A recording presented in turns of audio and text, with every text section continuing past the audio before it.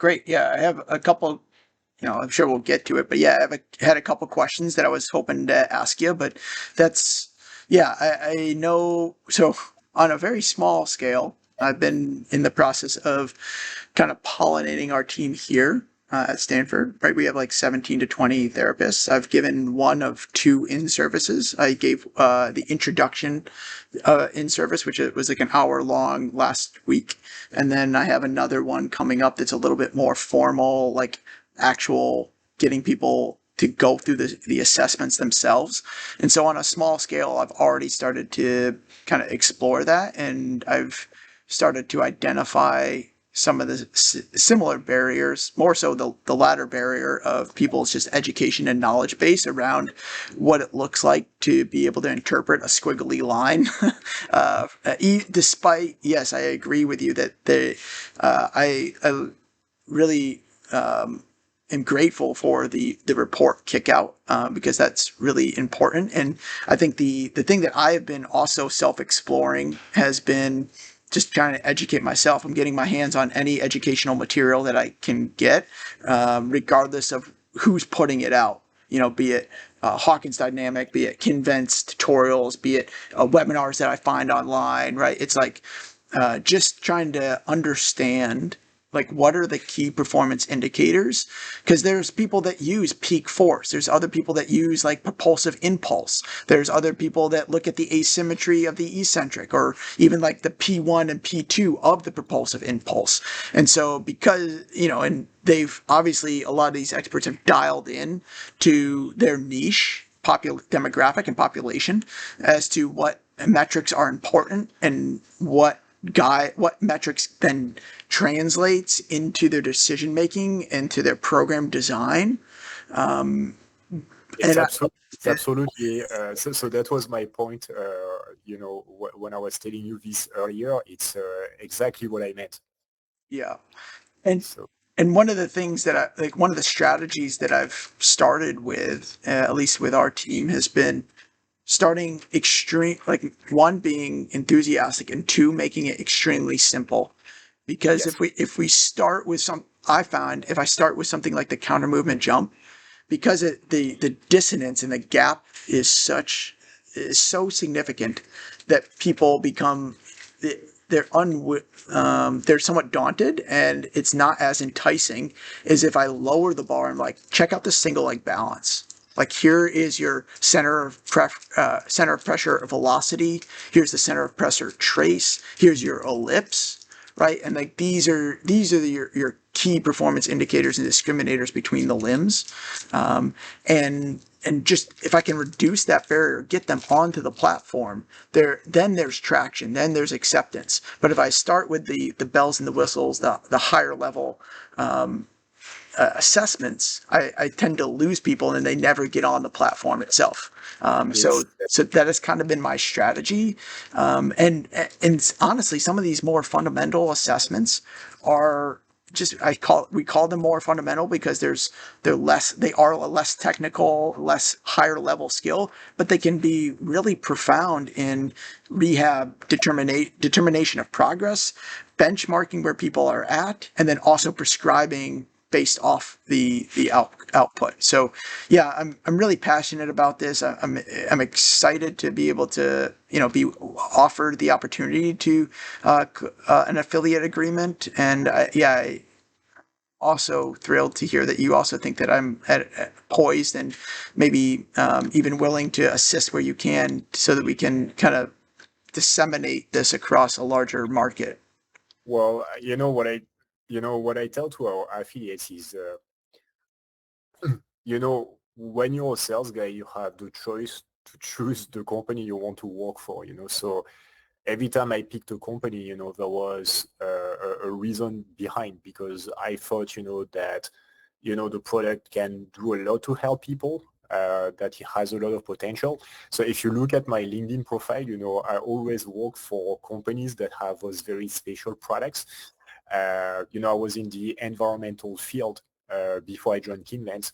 I was selling technologies to capture trash in the water, because I think that plastic pollution is absolutely terrible for the planet. But the same way, I think that objective measurements is not a choice for the PT profession. It's a necessity. Yep. And so I need people like you that are passionate and that are also a bit smarter than the average because you did your own research to understand all that. Because I tell you, it's a strange market, Michael. You wouldn't believe what I hear. I mean, I was with one of the most famous orthopedic surgeon in Fort Lauderdale a couple of weeks ago. I show up at his clinic, but I already spoke with his team before because he has a team of PT, and I showed them the Kemayo, and I'm like, guys, look how revolutionary Kemayo is for rehabbing post ACL. And of course, they love the sensor. They say, but they say we are not making the decision. It's our boss, so we need to arrange a meeting with our boss. I mean, yeah, fair enough. Let's do that. So I went to the meeting. The first question before I even started was the price. What's the price? How I'm gonna make money out of that? I'm like, can I at least, show you the product and how it can benefit to your patient, or just an economic thing, and that's it. And then whatever happens to your patients, it doesn't matter. And I can see this a lot, and for someone like me who is from Europe, in Europe, doctors are all about the patient. Mm. It's not about how much crazy money I can make by pretending that I deliver a top-notch care to my customers, or my patients, whereas I do not. And I think, if the patients would know about Kinvent and the other brand, it can be Vald, it can be Hawkin, they would actually request to be tested this way. And it's strange, because the first thing you learn in sales is to answer a customer's need. And a patient is a customer. So basically, the profession is not answering patients' needs. And I never had a chance to talk with, APTA about that. But my opinion about this is the profession loses billions of dollars every year because of that mindset. Mm. And so that's the first thing, to always think about money, not about the patient, and to have the wrong interpretation of things. Because if you want to make money out of the sensors, you can. And the first way you can is by making the recovery so much faster, to also make the assessments so much faster, because manual muscle testing, wow. I mean, it takes forever to write down notes, to export all this onto the system, onto the EMR, so that you can track progress. So it just doesn't make sense. And the market needs to have inspirational people like you to basically change their mind. Mm. So of course it's a big responsibility, Michael. I'm not telling you you have to you have to change the mentality Nope. of I, minority. I'm that's a mission that I'm on. Yep. And I'm happy to make waves and make noises until people start to listen and try and convince them through not only repetition but through multiple medias as well. And no, I mean, the reality situation is that this type of technology isn't going anywhere. It's only going to become more ubiquitous as AI and other technologies continue to exponentially increase in their power. Um, and yeah. Because you're right. I mean, I tell people, I say, you don't realize objective measurements is just the first step. The second step is AI integration. So if you still have like prehistoric ways of doing things, you're gonna be left behind because others are gonna switch. So of course, the early adopters, like people like you, imagine you already built some sort of expertise. So it will take a while for people that come on board today to reach the same kind of level where you are yourself now. Um, and again, it's just the beginning. So I don't know if you checked the app recently, but now when you use the Cassandra AI tool, it's not just a report transcript anymore. there's some sort of basic interpretation, data interpretation, and it's just the start, because Ethan, our CEO, is a bit scared about going too fast with AI Mhm. and scaring people away. Because otherwise, we could go much further than that. I do it sometimes. Like you can upload the PDF onto ChatGPT. ChatGPT gives a very good interpretation, and it can also suggest a rehab program based on the observations. So, and again, where I think people are wrong is AI is not there to tell you what you have to do. AI is there so that you can have a second opinion to make sure that your diagnostic is the best it can be, and also to give you some suggestions about rehab programs, like basically ideas that you haven't necessarily thought about. Yep. Personally, that's how I see things. And there's also something else, Michael. So I saw you are pretty active on social media. So I checked your LinkedIn profile.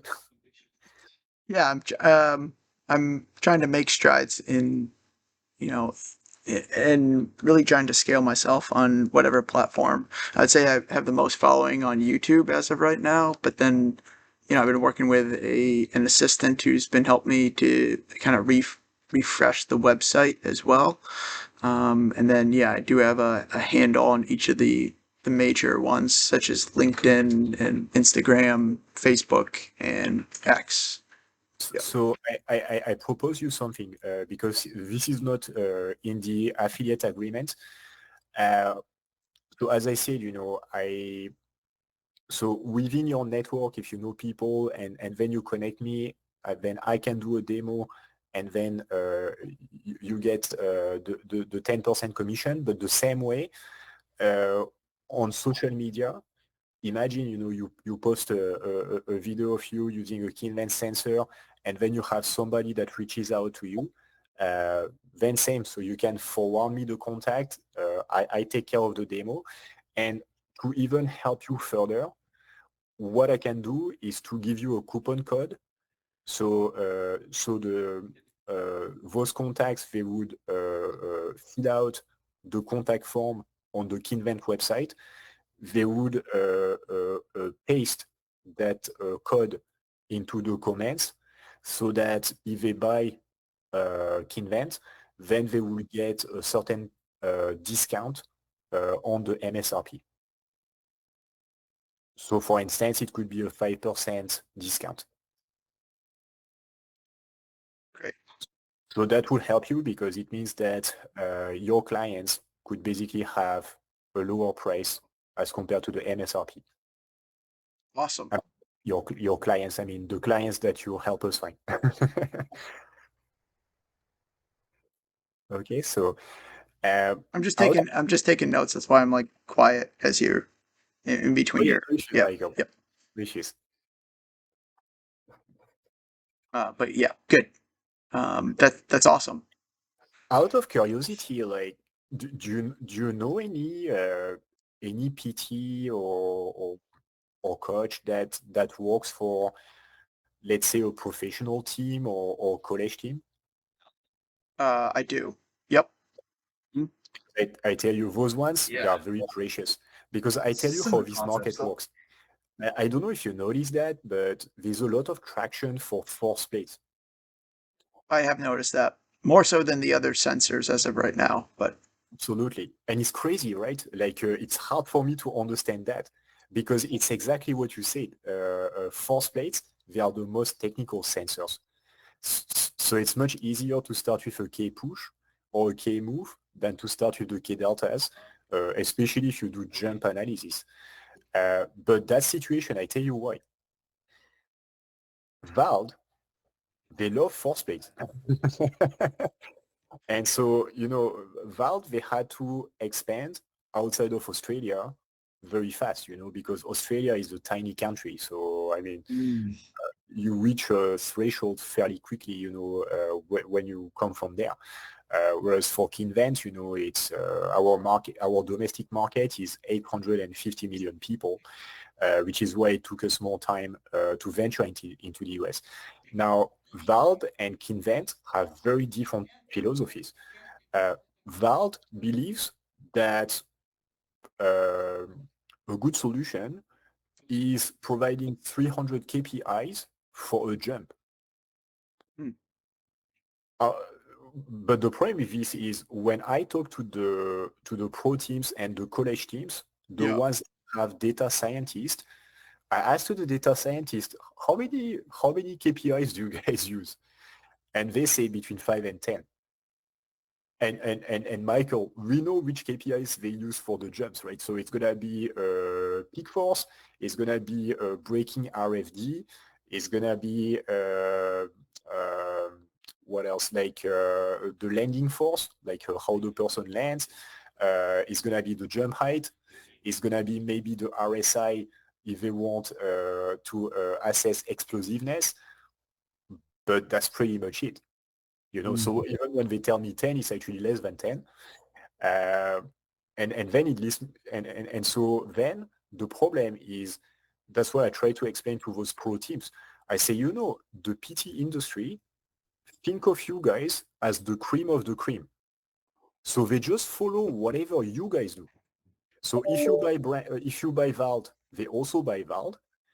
But the problem is Mm. they're not going to be able to use properly a tool that gives them 300 KPIs. That's the first thing. And that Sure. doesn't even have a breakdown per phase for the jumps.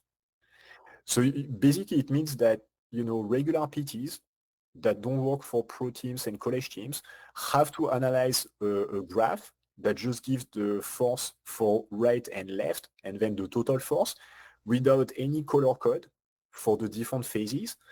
And so they have to use that graph to customize a rehab program. It's not gonna work. And so when I go meet with Valve customers who are not teams, but that are independent clinics, for instance, I Mm. feel that they don't know what they do. Because when I start talking about Kinvent and I show them the breakdown per phase, I can see the spark in their eyes, like they discovered, something that's like extraordinary. So maybe it's a wrong perception for me, but the way I feel is they use force plates as a gadget, but they don't really know how to use them properly. So it's almost like a tool that they use for social media communication to stand apart from competition. Hmm. Yeah, that's really interesting. And the data scientists, they are trying to protect their job, right? So they are not a huge fan of me because basically what I tell to the teams is, why do you even need data scientists anyway? Like, I understand that if you really go in depth and there's research behind, research, in that case, yeah, it makes total sense.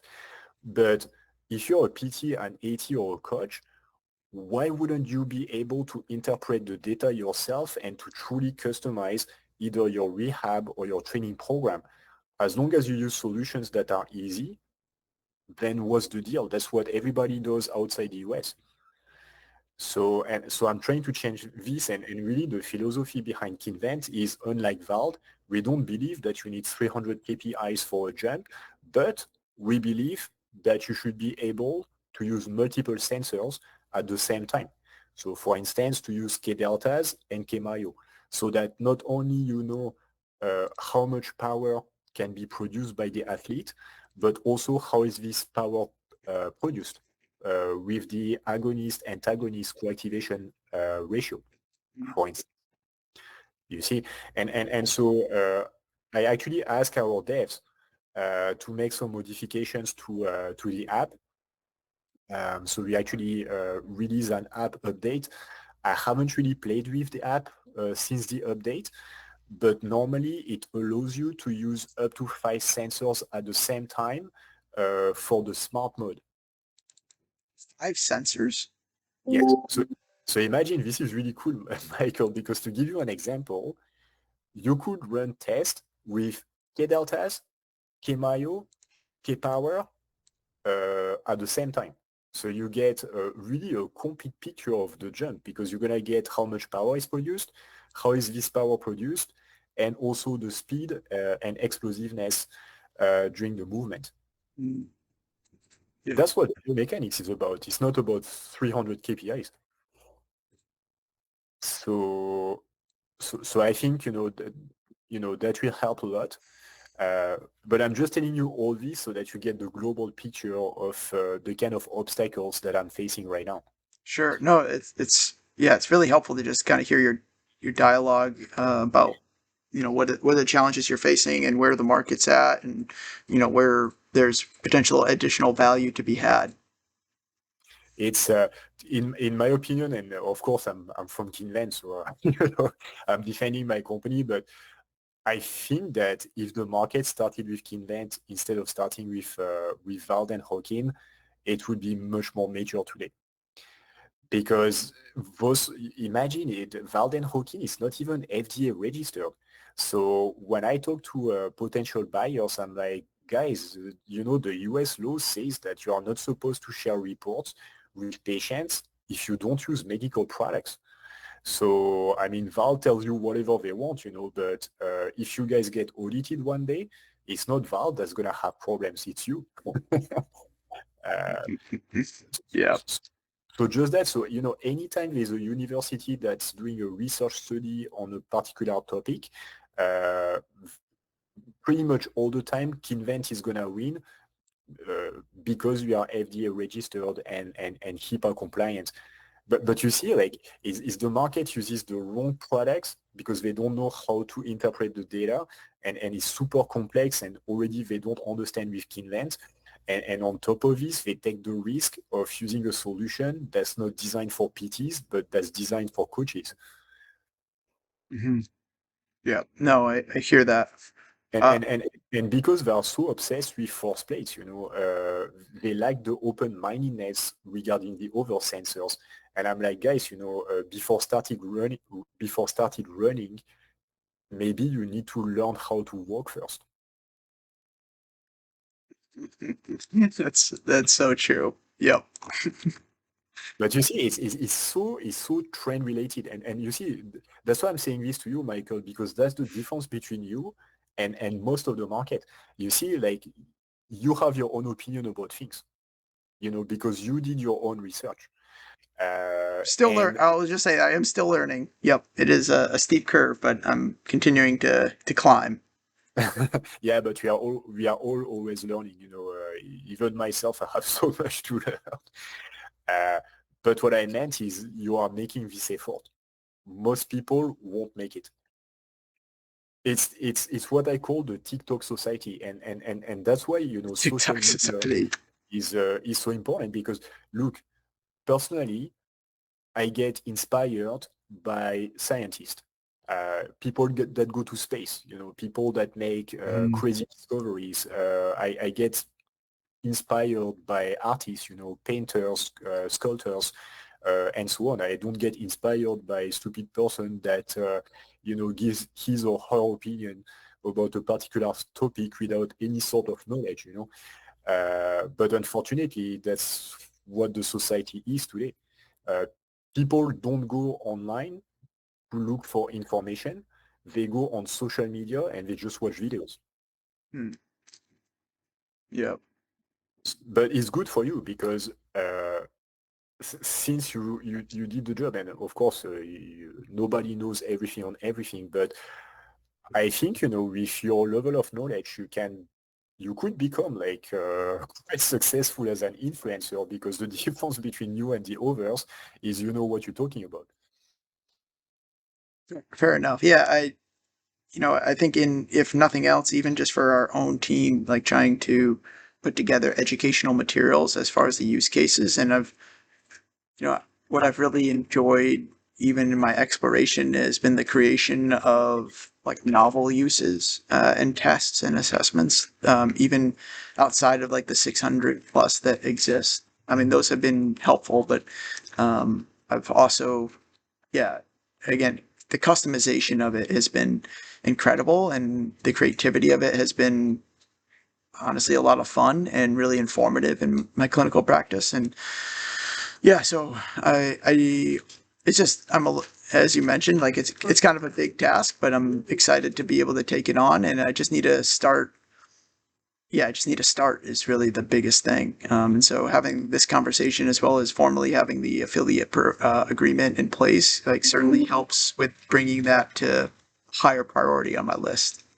And that's perfect, Michael. And what I was thinking potentially, is um, we could organize a workshop together. Like, Kinvent has received so many leads from California.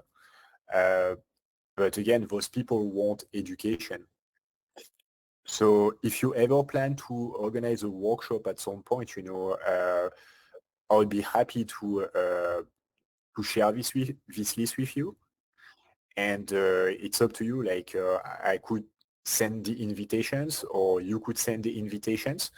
But I think it could be a good avenue to get more people. Mm. Yeah, so I'm definitely interested in the workshop. I need a just talking about specifics of like what your vision is, or what you would expect. So, certainly, as I kind of alluded to in our last conversation, is I've been doing some community-based uh, continuing education courses where I've certainly demoed and utilized the K-Push and K-Pull, and I have a return to running continuing education course for essentially the restoration of the injured runner coming up at the end of the month, and then I give it again in Northern California in October. And yeah, if I'm gonna try and tell people like how I get these people better, I'm definitely Kinvent is a part of that, and so I can. That's kind of in an indirect fashion of marketing, but then I'm also happy to potentially either at essentially I guess it would be either webinars or even in-person workshops where it would be like Kinvent specific. That would be pretty cool. Absolutely. And as you said, Michael, I so things have to stay easy. And to You give you a bonked her on the perfect head. That was example of really that, professional, isn't it? I'm talking with Nola Gold, which is the professional rugby team of New Orleans. And Wow, in rugby in the US, it's not league, nothing's happened yet. but it's professional. Sure. And but they Oh, have never. you're not required to go. Sorry, just a second. Video. You're not required at these meetings, but you're more than welcome to join. Okay. You look indecisive. You have two options. You can either stay here or go to the conference room, or you can join us. Whatever is most comfortable for you. I don't either. Goodyear, I'm really sorry, but we have a 12 o'clock meeting that's starting, Oh, and my no boss is issue. giving me the stink eye because I'm not there. Um, so, I'm sorry, I'm going to have to cut you hard, but we'll reconvene on this. Yeah, anytime, Michael. That works. All right, sorry. Thank you.